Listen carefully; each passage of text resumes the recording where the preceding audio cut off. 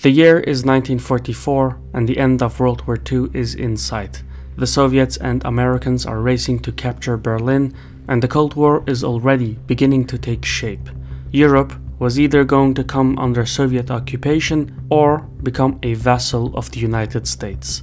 In a small American town called Bretton Woods, 730 representatives from 44 countries negotiated a new set of rules, procedures, and regulations to craft a new monetary system. For Washington, this was a historic opportunity to claim the mantle of leadership and design a new world order. I'm your host Shirvan and welcome to Caspian Report. If you're going to trust your privacy to a VPN, choose one that has a no logs policy. NordVPN's business model gets its funding directly from its subscribers, while free VPN programs make money by showing ads or selling your data to third parties. Just go to nordvpn.com/CaspianReport or use the link in the description. You'll get a 75% discount on the 3-year plan, and if you use the promo code CaspianReport, you'll get an additional month for free. So much has been said about the world order that to say anything more would be repetitive, but talk about it we must. Prior to Bretton Woods, most countries subscribed to the gold standard, where each government guaranteed that it would redeem its currency for its value in gold. The practice had its ups and downs. The gold standard rewarded productive nations because they received gold whenever they exported goods. On the other hand, it tied the economy to the supply of gold and not on the resourcefulness of people and businesses. At the time of the Bretton Woods negotiations, Washington held 3/4 of the world's supply of gold. No other country had enough gold to make its currency work. Hence, under the Bretton Woods, the dollar was pegged to gold at a fixed rate, while all other foreign currencies were pegged to the American dollar. One could, therefore, convert French franc into dollars and then the dollars to gold. If the value of the franc became too weak relative to the dollar, the French central bank could buy its currency in foreign exchange markets, which would lower the supply of the franc and raise its value. This was the gist of the Bretton Woods monetary system. The global economy could not have recovered so rapidly had the United States not agreed to this transition. This is not to say that Washington made a sacrifice for the sake of global prosperity. By shifting from gold to dollar, America, the only country with the ability to print dollars, emerged as a universal bank. The United States gained short-term liabilities since everyone was using the dollar to trade internationally, but Washington also earned long-term assets because the dollar was effectively loaned to the rest of the world. Emboldened by the faith of the global community, the American economy and industrial capacity expanded in size and reach. The rest of the world was not so fortunate. In Europe, self-funded reconstruction was out of the question. The bombing campaign during World War II had leveled most of West Europe's infrastructure and industrial capacity. With almost nothing left from which to rebuild and strapped with debt, Europe was in desperate need of imports.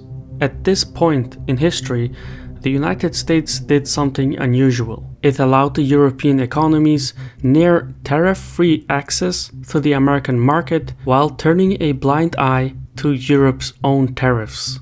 Next, a pair of institutions known today as the World Bank, the International Monetary Fund, and the World Trade Organization were established to lend money to stimulate GDP growth in West Europe.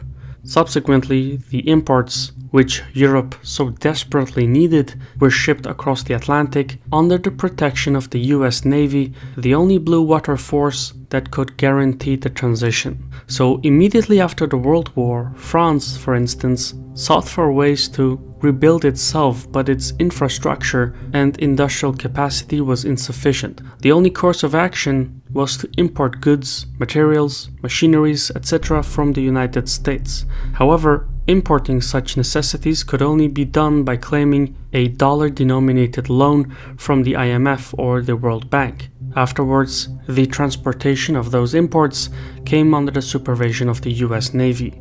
Everything in this system, from the imports, the currency, the institutions to the maritime routes, was firmly dominated by Washington.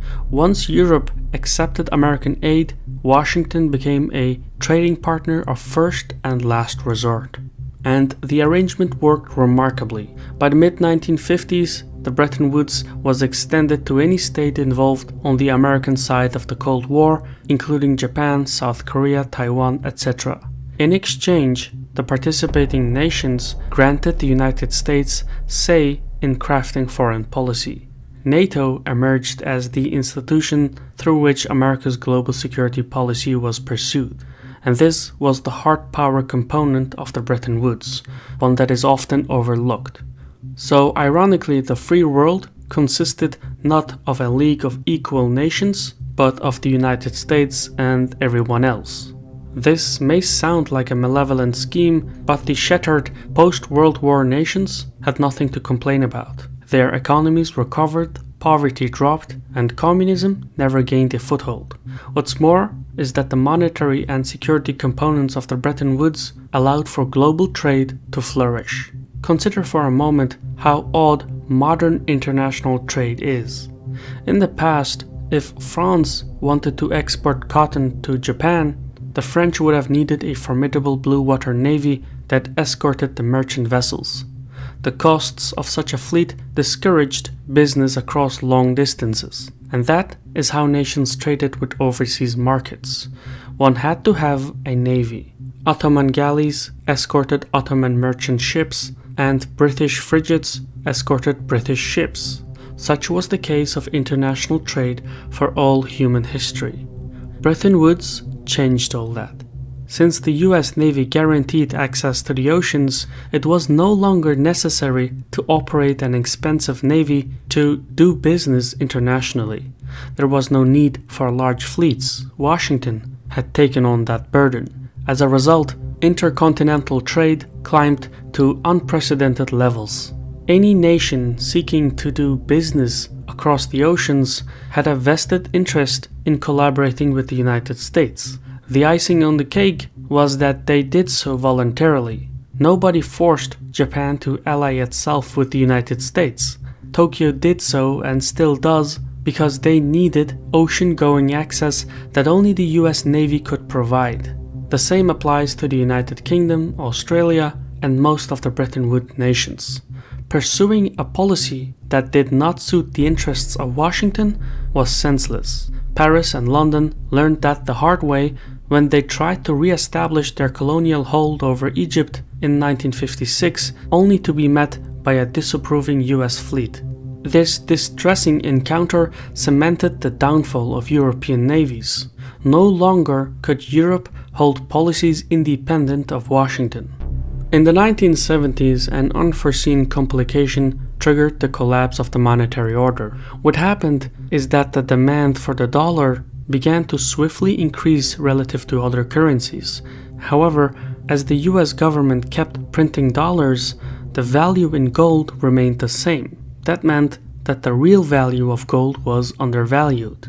When Richard Nixon came to office, he inherited an economy that was suffering from inflation and recession. Part of the crisis was due to the dollar's role as the global reserve. As such, President Nixon started to gradually deflate the dollar's value in gold. When the global community got hold of this, the plan backfired. Investors and governments redeemed their devaluing dollars for gold at an unprecedented pace. By 1973, the run on the US gold reserves had hurt the United States to such an extent that Nixon unhooked the value of the dollar from gold altogether. From that year forward, currencies all over the world were floating. Under these circumstances, market forces established the forex, a medium where currencies were bought, sold, and exchanged at current or determined prices. Most analysts point to the dollar's divorce from gold as the collapse of the Bretton Woods system. That is partially true. Organizations like the IMF and the World Bank are not only loaded with controversies, but they have also proven to be irrelevant to modern economic problems and even failed to prevent the 2008 crash. But even if the monetary order no longer exists, the security arrangements have all persisted to this day.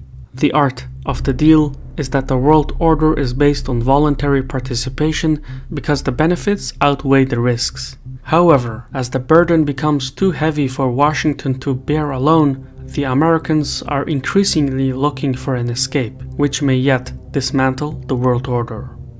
I've been your host Shirvan from Caspian Report. Special thanks to our contributors on Patreon. If you want to gain access to some perks like PDF files, check out the links in the description. For now, thank you for watching, and Sahol.